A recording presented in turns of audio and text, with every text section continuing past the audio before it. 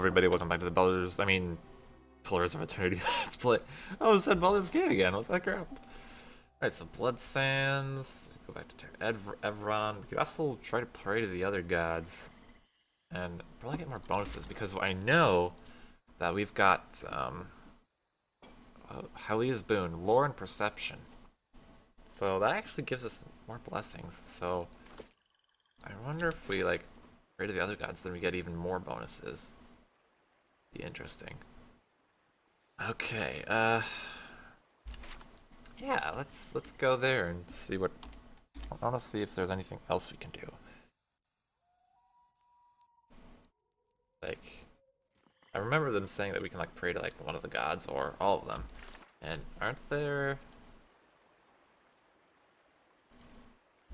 Okay, so we can have more aid from the gods or something like that. I wanna find out if we can. We're gonna do that again. I don't want to start the timer again. I forgot. Silly me. So yeah, we're gonna do this again. See what happens. However, on any attack in the combat log, show more detailed information on how it was resolved.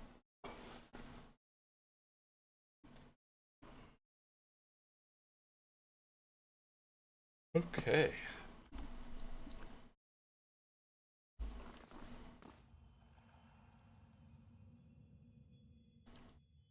Wait, can we pray again? Okay. I guess we can pray to Bareth. You stand before the shrine, the skull's constellation which marks its dedication to Bareth. Hey, I am a death godlike, and isn't it like Bareth is like the... Isn't that what death godlike are take after is Bareth? So, okay. We're to Bareth. You kneel before the shrine and prepare to recite the ritual words. Isn't he the god of death or something like that? So this one sounds right. Okay. There is a rippling shift in the air around you, as if some unfelt wind has changed, bringing unexpected warmth. You feel the peculiar weight of an unseen presence and eyes upon you. You kneel and pray to Bareth. Even while your eyes are closed, you see a road that seems to stretch on forever. The stars wheel overhead in a clockwork rotation of constellations, disappearing over the horizon to your left, only to rise on your right. You try to make out the details on either side of the road, but your eyes can't seem to focus. One moment you think you see a meadow blanketed with mist, and another sheer canyon walls. So, Stormwall Gorge? I'm not sure. For just an instant, you even see waves lapping at the edges of the road. Were you to step into the shifting landscape, you feel certain you would only end up back on the road. You know this is a vision, but the packed dirt feels firm beneath your feet and the night air cool on your face. You are walking. Your feet seem to carry you forward of their own accord. Something looms ahead of you. As you get closer, you see two stone figures that look strangely familiar. Bunin I Anku and Anku I Bunin. Two of the oldest representations of Bareth. Remember the door to Cleoban Relag and the two figures carved into the mountain next to it. Yeah, we do remember those. One looks vaguely male, and the other vaguely female. Only a thin layer of flesh covers their skeletal bodies, which twist to face the doorway between them. The doorway, however, is not what you saw in the ruins. It's a skull, gaping and jawless, and as you look on, its open mouth seems to grow. The arms of the two stone sculptures are swept toward the mouth, inviting you in. Guess we're gonna enter. The road continues through the maw to another shifting landscape surrounded by stars. As you pass through it, you see an identical doorway in the distance. A dwarven man stands near it, unmoving. You turn and look behind you, only to see the skull gate you just passed facing you. An elven woman waits in the road. Like the dwarf, she stands still.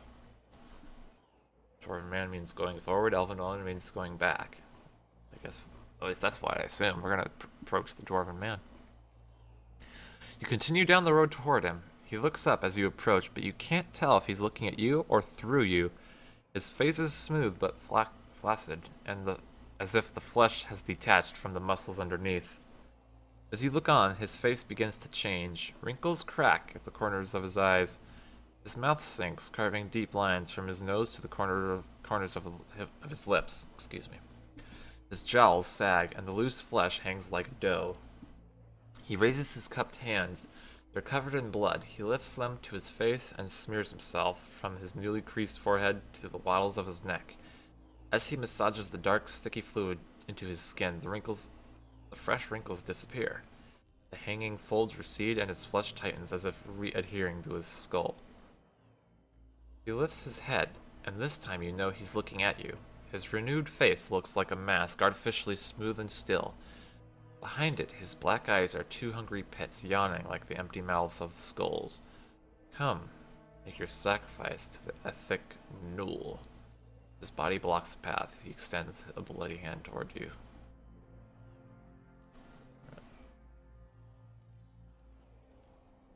Attack him.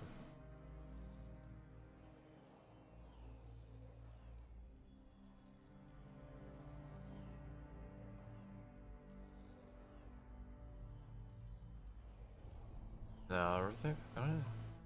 I don't think so. I think this sounds like the kind of guy we would attack. You strike out and are surprised at how easily his flesh gives beneath your blow. It rips like dried canvas, following a long seam that begins at his arm and stretches the length of his body. Blood gushes forth in such quantities that you can't imagine there was ever anything else in him. Sure enough, as the dwarf empties of blood, he collapses like a desiccated husk. The blood in the path gleams with 1,000 souls worth of essence. The essence evaporates, trailing shining filaments into the night sky. Only now that he is dead can you continue onward. I made my sacrifice. You were it. The blood pools around your feet, and you look up to see the elven woman waiting further down the road. I guess we have to approach her now. You start toward her. There's something unnatural about the way she stands. She's too still. When you get closer, you see that her legs taper into a slender trunk, and in place of her feet are gnarled, twisting roots. A Delimgon, I imagine. She lifts her face to an invisible sun. Her long golden hair is the color of autumn leaves, and as you look more closely, you realize that her head, is actually covered with tendrils and vines sprouting brilliant yellow leaves. Each glimmers with the essence of an entire soul. She gives you a beautiful smile. As you look on, the leaves slowly fall from her head and settle at her roots. They melt into the path beneath her, and almost immediately new leaves sprout in the place of the old. She reaches toward you, still smiling as roots spring from her fingertips. Her outstretched arms bar the path. Come, grant your soul to the Golden Grove. Graft your soul. I think we'll take her hand. I don't know. Her roots twine around your fingertips, and as they do, they grow rigid and cold. Her outstretched arm petrifies, as a rough stone bark overtakes her flesh. She can only look on in horror. You break away from her brittle grasp. Her feet are rooted in place, but she twists and writhes as if trying to flee her own dying limb. The petrification reaches her shoulder and spreads down her body, freezing it in a painful arc. It creeps up her neck, and she throws her face skyward like a drowning swimmer. The grayness covers her face, freezing her gasp in stone. Now that she is still and lifeless, you can continue past her. Only the golden leaves on her head remain untouched, and as you watch, they fall one by one to the path below. They shrivel as the shimmering essence fades from them.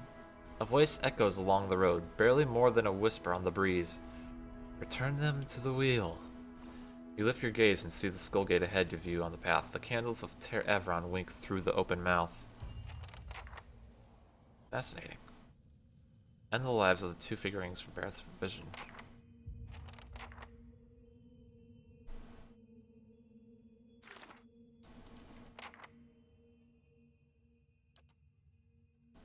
Where?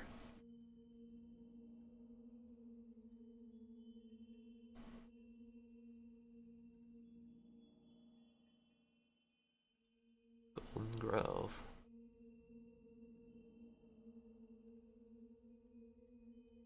Rona is the elfin woman in the vision. Interesting. That might be true. Okay, I guess we'll pray to the other gods here too. You stand once again before the shrine of Galawain, and the Hound's Head constellation which marks the pedestal. From time to time you hear a low rumbling sound, like a growl.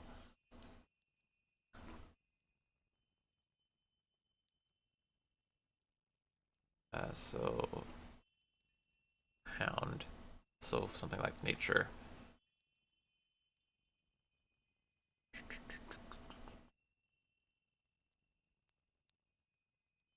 Survival begins with strength from within. That sounds right. The air around you stirs, and a gust of warm wind blows across the back of your neck. You catch the faintest smell of wet earth. As you kneel in front of the shrine, you feel yourself pushed forward. You catch yourself on your hands and knees, feeling warm, damp ground beneath them. Looking around, you find yourself crouched in a clearing in the middle of the woods. The smell of dirt hangs heavy in the air.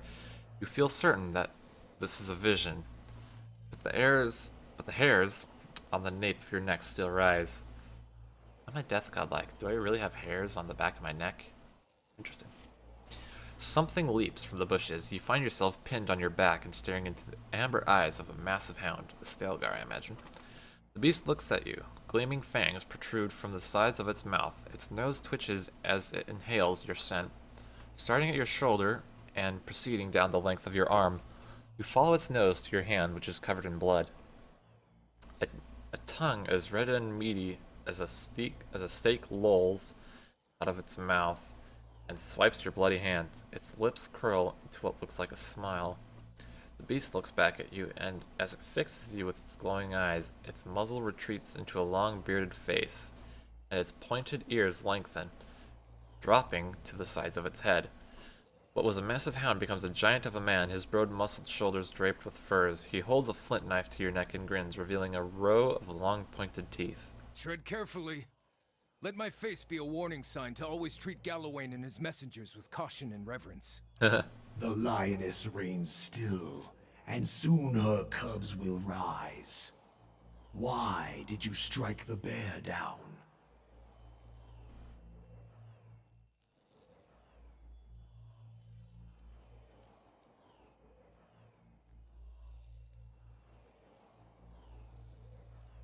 Huh.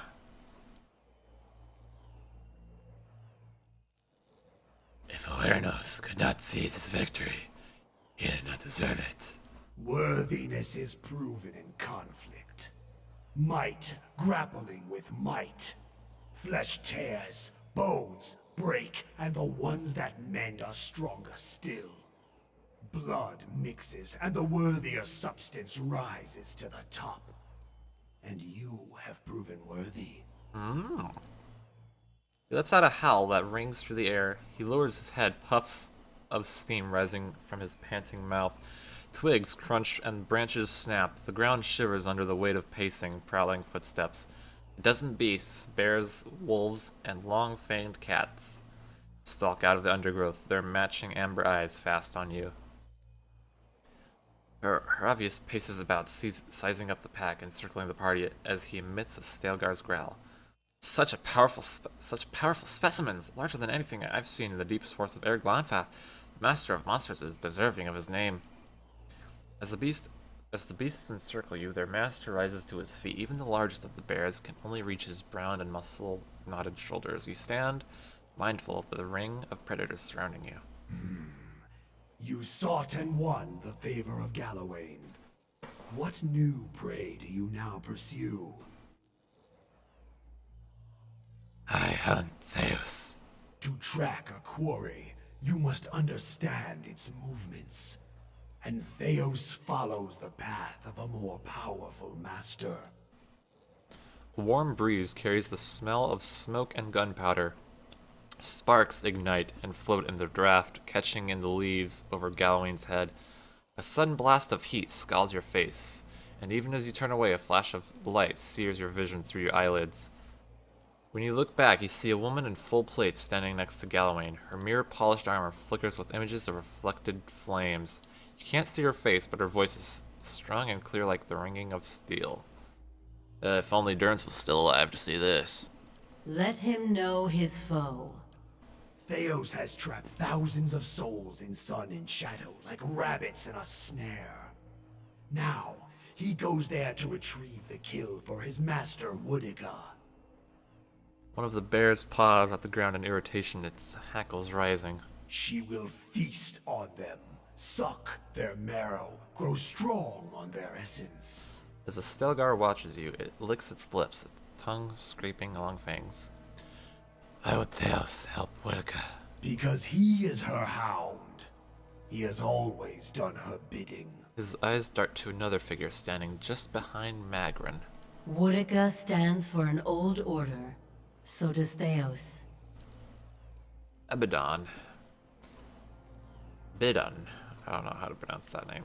A golem made of blackened pitted iron steps out of Magrin's shadow. Its movements are slow yet precise, each footfall accompanied by the groaning and grinding of metal.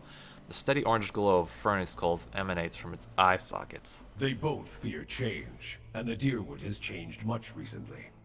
People find answers not in the gods, but in animancy, the product of their own labors.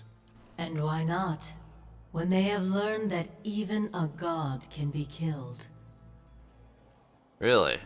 So do they admit that Widewind was actually Aothis? Animancy doesn't seem to trouble you. The three gods seem to look at one another. One of the wolves sits and scratches its neck with quick strokes of its hind leg. The clash of ideas, the search for answers and meaning. These are other hunts. They would supplant you. How can you accept this so easily? This is the destiny of Kith, to struggle and transform, even through animancy. And to improve. Steady labor and earnest industry elevate Kith above Wilder and Beast. It is also useful that they should learn to improve their souls, whether through struggle, transformation, or labor. On this, at least, we have no disagreement. If only all of the gods' followers were as open-minded about animancy as you three. What should I do about it? Track Theos. Follow the trail he has left for you, and corner him in sun and shadow. You must stop him before he empowers Woodica. And if you do, you will have a different decision to make. I have a really bad feeling that this decision is a trap. I mean, how often do the gods really leave the decisions up to mortals like us? Souls were ripped from the world, ripe and full and pulsing with essence. Scatter them like bones to a pack of dogs. Their essence will strengthen the souls of the Deerwood. Let the remains of the dead feed the survivors. Why would I feed the lost soul's essence to the rest of Deerwood? To breed strength. Power is born from the mixing of essence and blood. What Theos did cannot be undone. Thousands of lives have changed, and thousands more have ended because of his actions. But transformation gives purpose to trial. And improvement is the goal of all Kith. Long lives, prosperous futures, stronger minds and bodies. Strengthening those who remain will help repair the damage that Theos has done to the Deerwood. Now I've got to find Theos. And when you descend the pit to sun in shadow, you can count on our assistance to see you safely through. As I hope we can count on yours when you reach the bottom. There are many souls upon the burial isle that are sworn to serve us. They belong to you now, and they shall guide your descent. Liliana snorts and advances toward Magrin. I've danced to this tune before. You'll count on us to deal with whatever's down there, then we can count on you to take credit for it later. The beasts grow restless, pawing the ground and eyeing you with renewed interest. The bear sniffs at the ground next to your leg. One Stelgar skulks into the circle, its amber eyes glowing. Galloway hurls his knife between your feet, sinking to its handle. He raises his empty hand. Hunt him, mortal, And when you stop him, let the souls he has captured feed the deerwood. Strengthen the souls of those who remain. Prepare them to face the challenges that will follow. Pledge that you will do this, and we will grant you a power fit for the finest warrior who ever lived. Betray us, and my beast shall track you down. Our allegiance is not to be accepted and cast aside. My friend, this is a most auspicious moment. The Lord of the Hunt has spoken to you without omission or riddles. Heed what he said about his beast seeking you out should you stray from the task, for it is not an empty promise.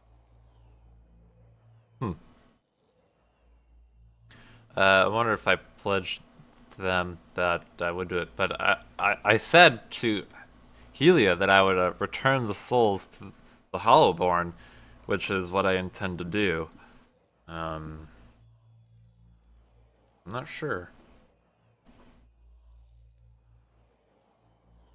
I suppose we can lie to them and worry about the beasts later on. I don't really care about the beasts. Alright. I pledge now that I shall convert the captured souls into essence to strengthen the deerwood. The bargain is struck, Watcher. Keep your part. Galloway lunges for you and sinks a hatchet into your chest. You cry out, but the pain passes quickly. Energy and power seep into you through the wound, and when Galloway withdraws, the flesh knits again to contain something warm and pulsing with power. The vision vanishes in an instant, returning you to Ter Evron, where burning candles replace the glowing eyes of Galloway's beasts. Okay. So...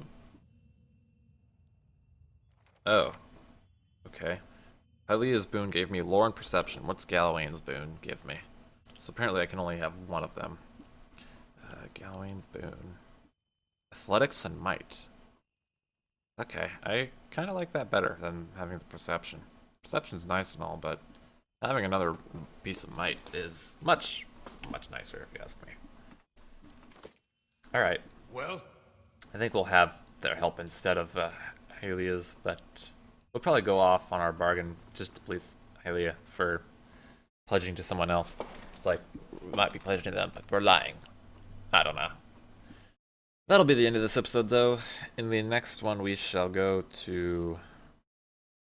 I'm not sure. To the Elm Shore again. Yeah, we'll go to Elm Shore. See what we can do. So yeah, thank you for watching. Hope you enjoyed it, and we'll see you in the next one.